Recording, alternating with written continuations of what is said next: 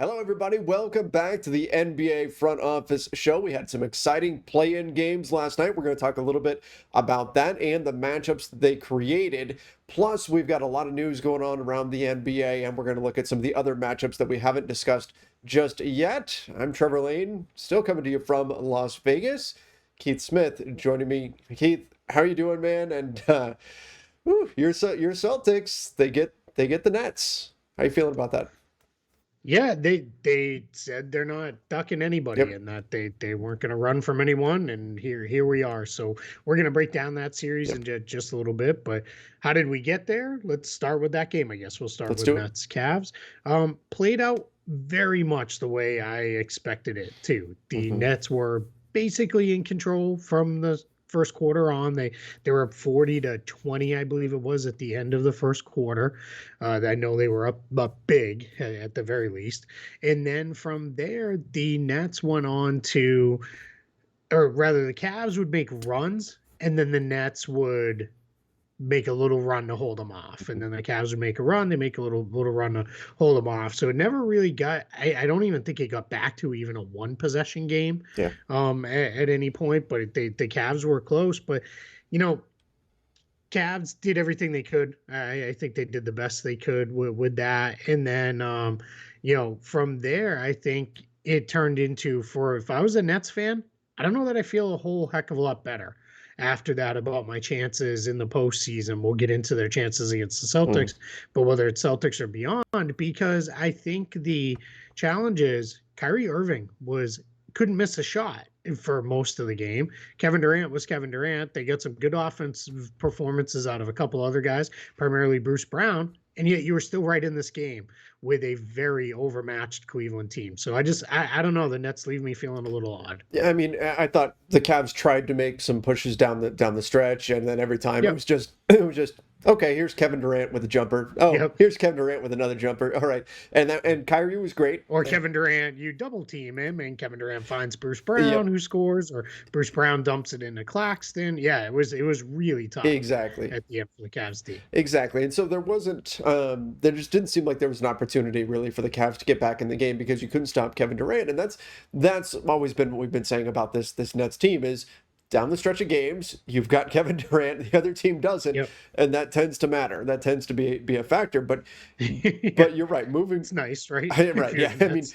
hey, the other team's really trying to lock down defensively. They're throwing everything you got at you, and hey, all right, here, KD, here's a shot. Take a 20-foot jumper. That's might as well Yep. be a layup and it's automatic. It, So, I'll even say too. Let me add uh, one thing too. Kyrie can be in the same boat when he's really got it going. mhm, There was a play when Kevin Love. It was almost like Kyrie's revenge from the finals that year. Remember when Love kind of did his thing and mhm. helped defend him at the end there, and or I guess Love did it to Steph Curry rather when they were teammates.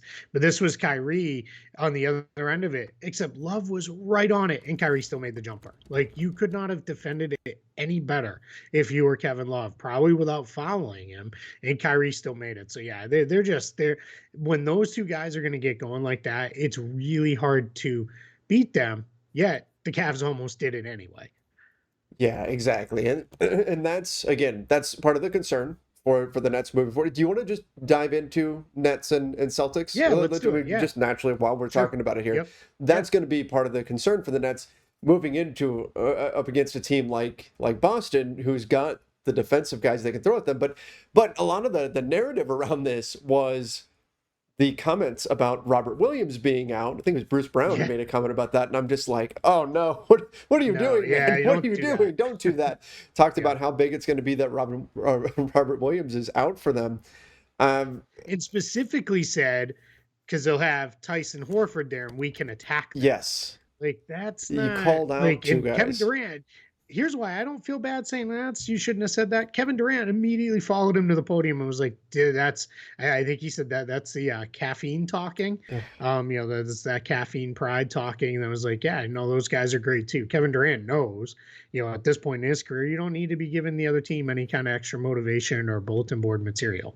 Yeah, exactly. And that's going to be a problem, I think, for the Nets. I think the Celtics are going to come out. They're going to be fired up about it. Let's not forget the Yeah, Kyrie Irving situation as well. You know, the Boston crowd Mm-hmm. is going to have something to say about Kyrie Irving being back back in Boston. He's going to hear it. I think that crowd's going to be fired up. As of right now, the Celtics are the favorite, but this is weird, Keith. This actually, when this game first was done, right, when we knew the Nets I were know getting where you're through, going. the Nets Yep. opened as the favorite. And then Yeah. it was like, I wonder if just so many people just instantly went, oh my gosh, and just threw money on Boston that it swung it. Because now the Well, what Celtics are the it's favorite, which you would expect. But I mean, that seems like yeah. a bargain if you had the Nets as the favorite and you got plus money on the Celtics in this Yeah. series.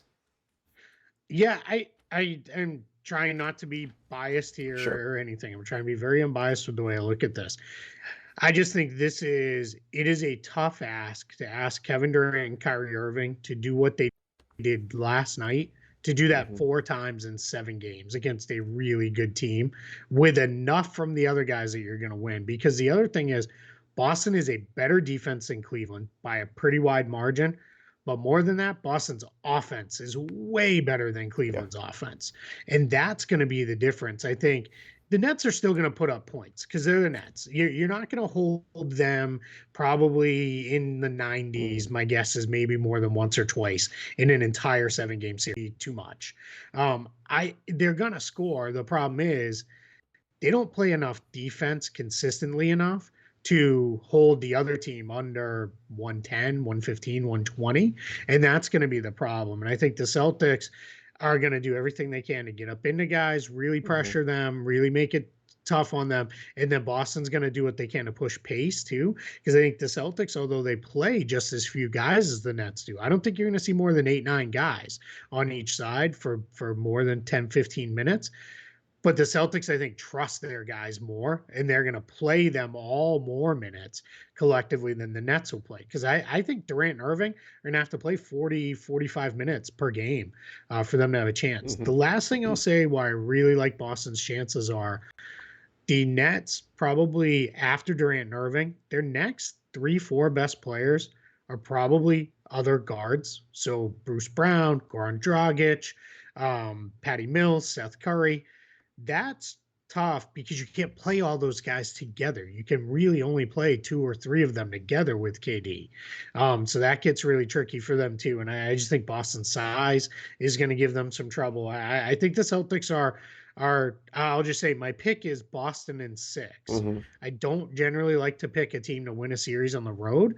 I think that's tough, but that's not exactly a massive home court advantage. That crowd last night. I mean, I don't know if you watched right at the end from that game right into the beginning of the Wolves game. Yeah. It was like night and day. Oh yeah. The Nets crowd was just Yep. dead for most of the game, and then the Wolves crowd was acting like they were So going noticeable. absolute bananas from the tip. Hmm. But we'll get into that game more in a minute here. But yeah, that's why I feel comfortable picking Boston on the road in 6. I just think that the talent gap, and that's before we get into Williams or Simmons. I'm kind of leaving them both out of the analysis because I don't know that we see either one of them Yeah. play in this series. I think there's a better chance we see neither one of them than we see either Yeah. one, and definitely a better chance than we see both. So that's kind of where I'm at. Can Andre Drummond stay on the floor in this series? If Williams not out there, Horford's going to stretch out to the 3-point line.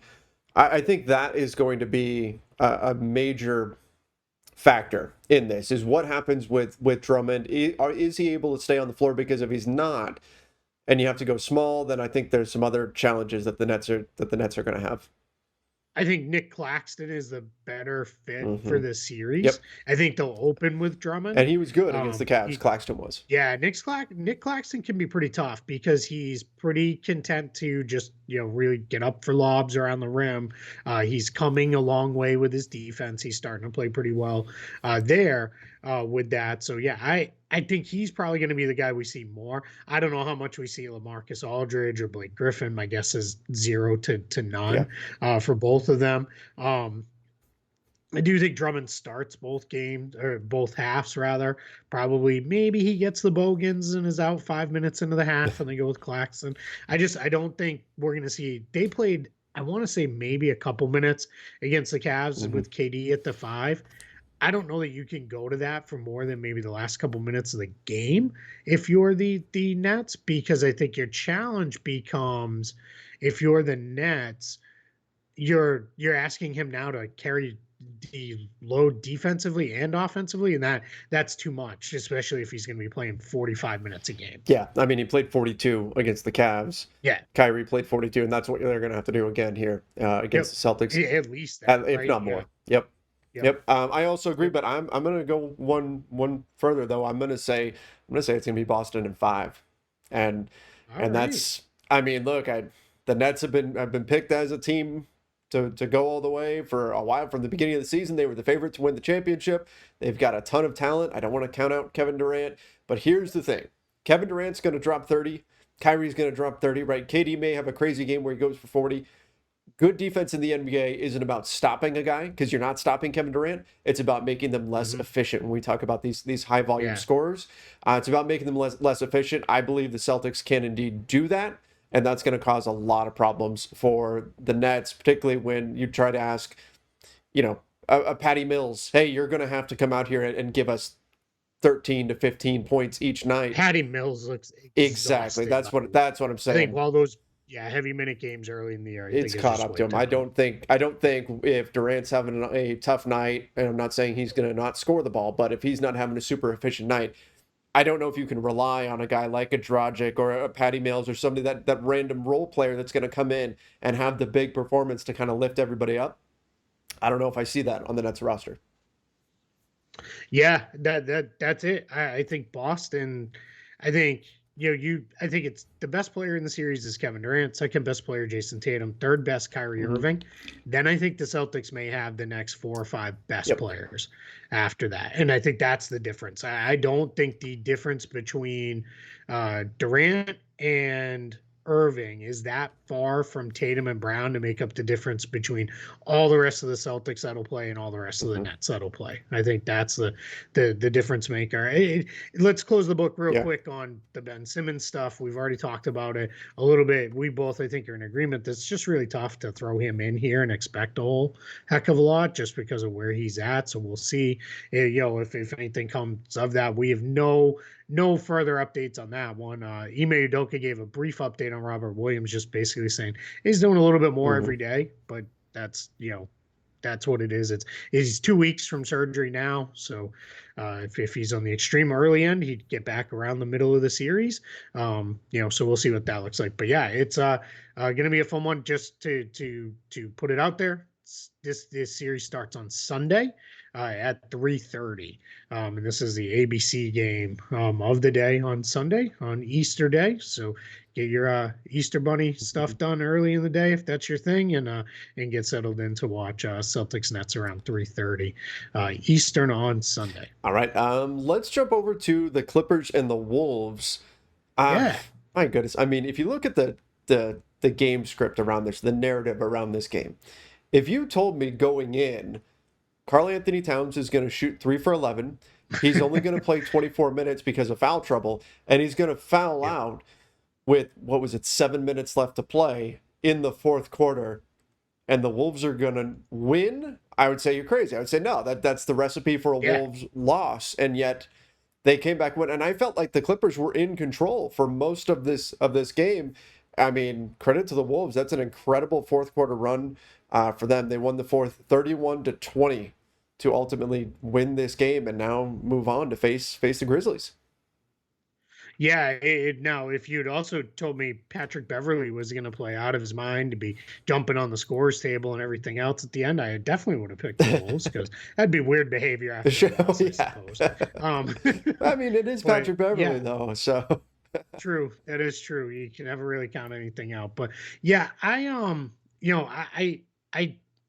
just think this one came down to the Wolves out-executed the Clippers down the stretch, and that's not what I expected from this relatively inexperienced Wolves team. So, I want to say this too, just to get it out there. I know I just kind of poked fun at Patrick Beverley. I have no issue with the Wolves celebrating the way they did. It fine, people poked fun at him and laughed a little, but the people who were serious about, like, this is ridiculous, you didn't win anything, big deal, you got into the playoffs.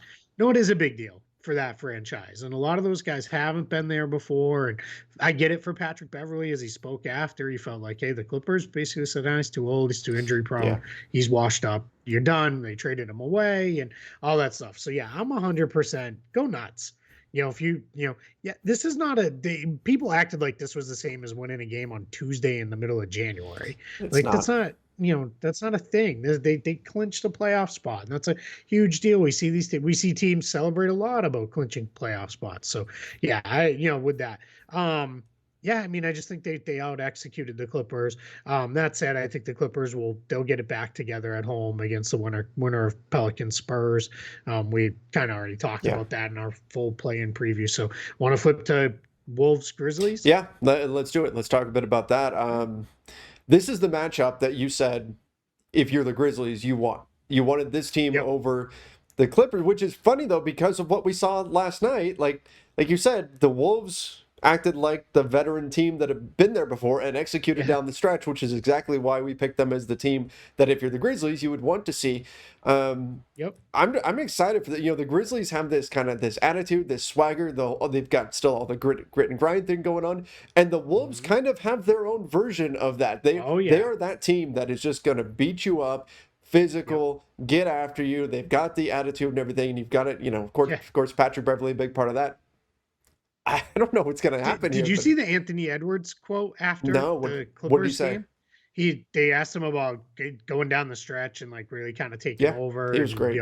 Waving away screens and stuff. He said, "Yeah, I did that because they were scared to guard me." I love it. I love the trash talk in this series is going to be epic, off the charts. Of all the series that we're looking at, this one I think is going to come with the most technicals from guys getting into it. It's probably going to be Patrick Beverley getting into it with everybody. Being realistic about this one. But yeah, this is going to be fantastic. I can't wait. That said, I think the Wolves are in trouble. I think the Grizzlies are too quick. I think they're too fast. I think they're going to get out and run. I think they're going to do some stuff to the Wolves defense that they're not going to be ready for. The Timberwolves need Karl-Anthony Towns to be about 100 times better than the version that he was in the play-in to have a chance in this one. And I don't know. I'll make my pick now. I'm going Grizzlies in 5. Okay. I feel really confident with that one. I think they've just got too much. I think they're too good. I think the rest is going to have helped them as well. Being off this whole week, Wolves are off most of the week, but being off the extra couple days, Grizzlies in 5 feels good to me. So I'm torn on this one. Again, I don't want to pick the win on the road, but I'll say Grizzlies in 6. I think Minnesota's got enough fight in them to where they're going to will themselves to a couple of wins in this series. It's going to be interesting matchup wise, looking at who really gets hot, who's able to get going. What can Patrick Beverley do against Ja Morant? Who's the best player in this series, by the way? Ja is the best. But yeah, I think so. And you need Towns to be, if Ja is 1A, you need, if you're the Wolves, Towns has got to be 1B. He's got to be right there neck and neck with him. He's got to be right in order to get this. But and then you need Anthony Edwards to be just behind. Yeah, you need to have the two best players. 2 and 3 in the series. Yeah, I think much like Celtics-Nets, I think it's similar-ish in that the top tier guys are pretty close, but then the Grizzlies just have that whole kind of middle class over most of the Wolves guys. Wolves, if they can get the D'Angelo Russell they got last night, though, that makes things a lot more interesting. Somebody who can kind of break that Memphis defense a little bit and loosen them up from the outside, that would be big. But yeah, I feel pretty good Grizzlies in 5 with this one. This series opens on Saturday at 3:30 on ESPN.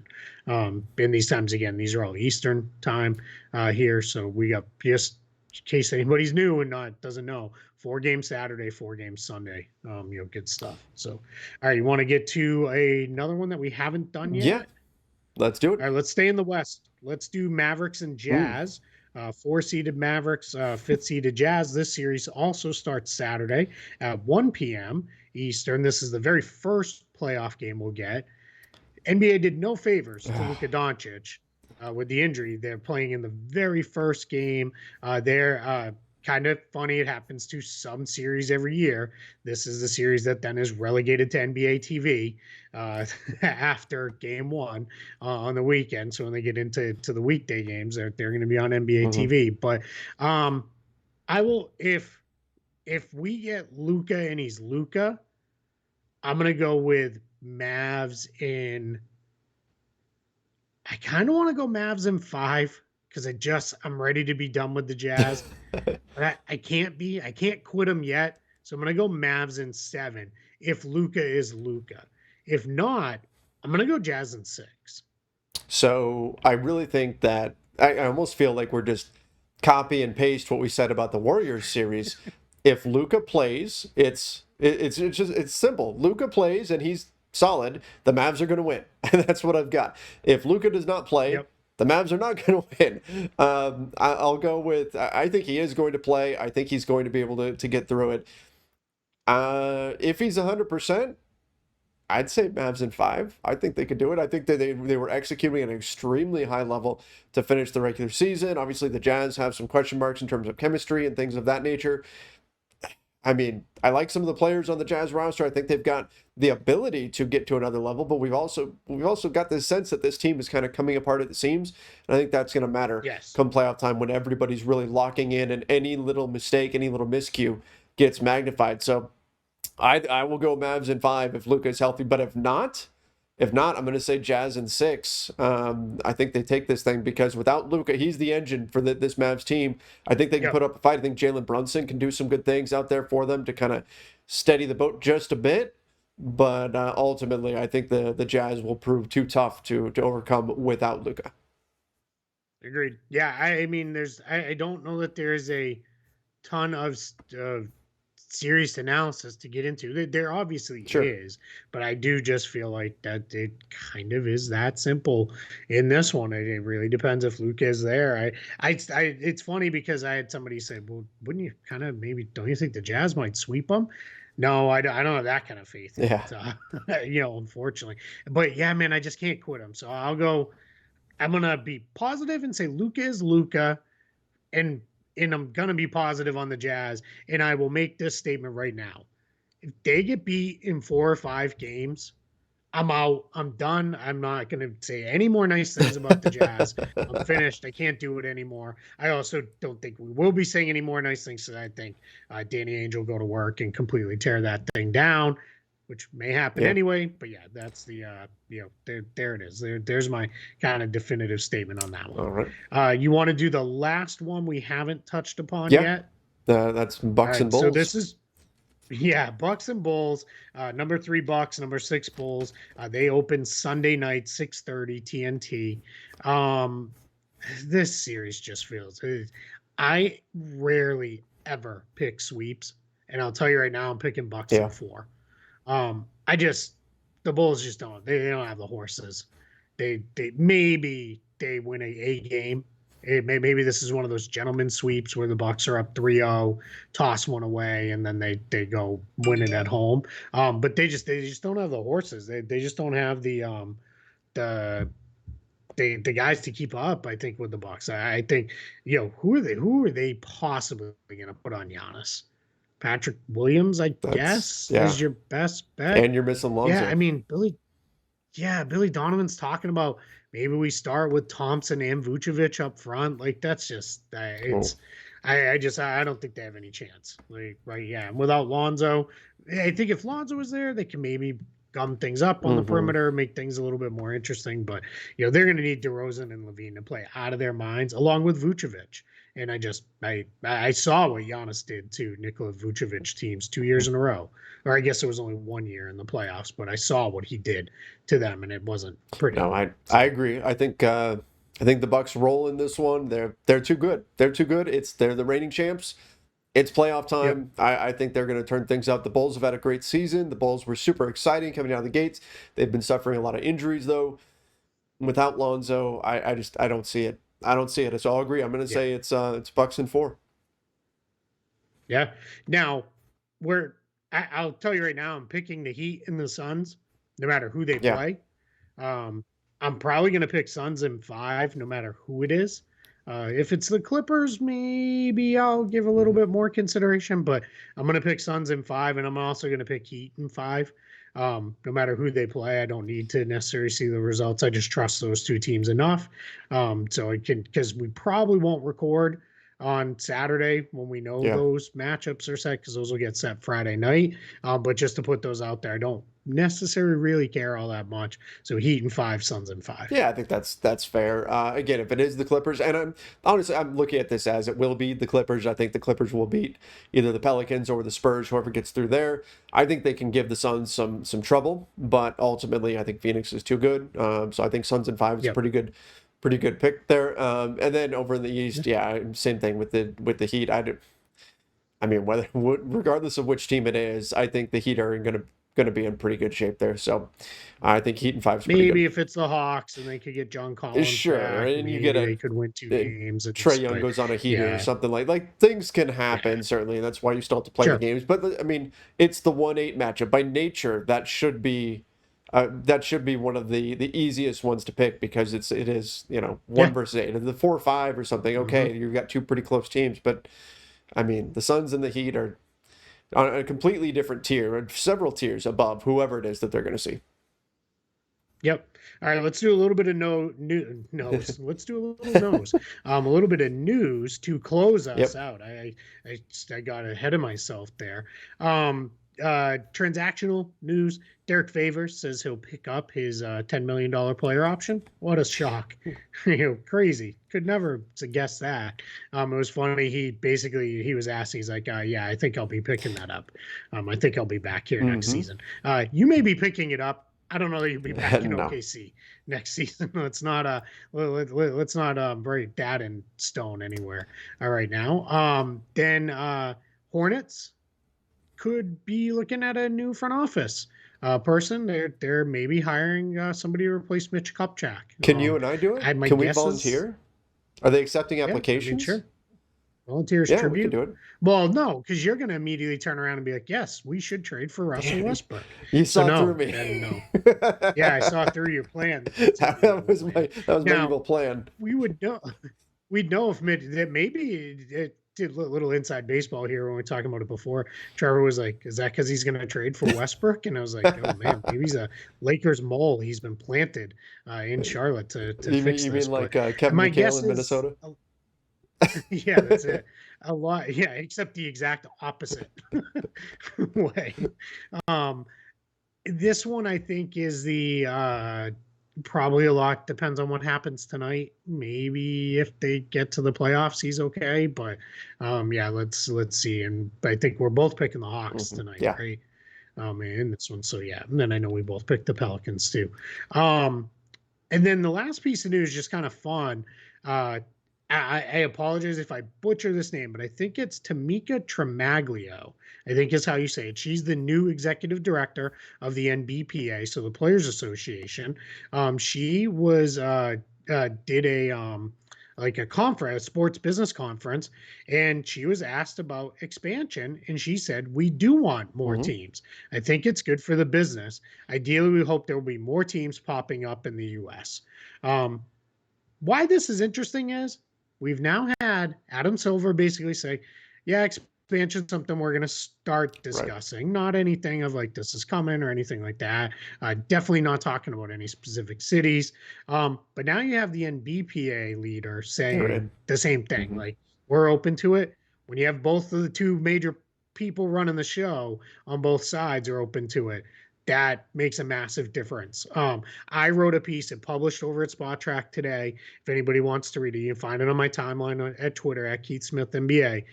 That laid out why it's time for expansion. All the things in there that we've got labor piece, we've got the new TV contract coming. We got all these good things that are leading to it's time for expansion to come. So so you can read that. But yeah, we just wanted to cover that one off too, because that'd be really fun.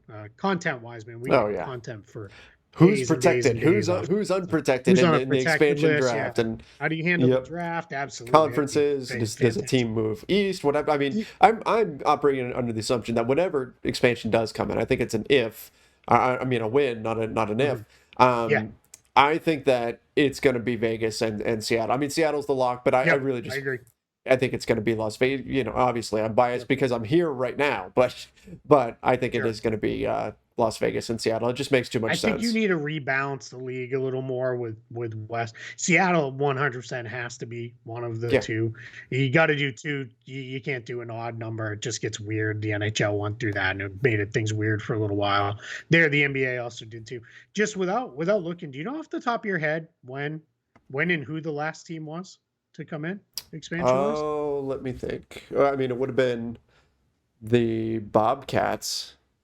The Yep. year, let's see, I'm gonna say 2001. You went a little earlier than I thought. I thought it was a little closer to now. 2004 2004. Okay. was when they came in.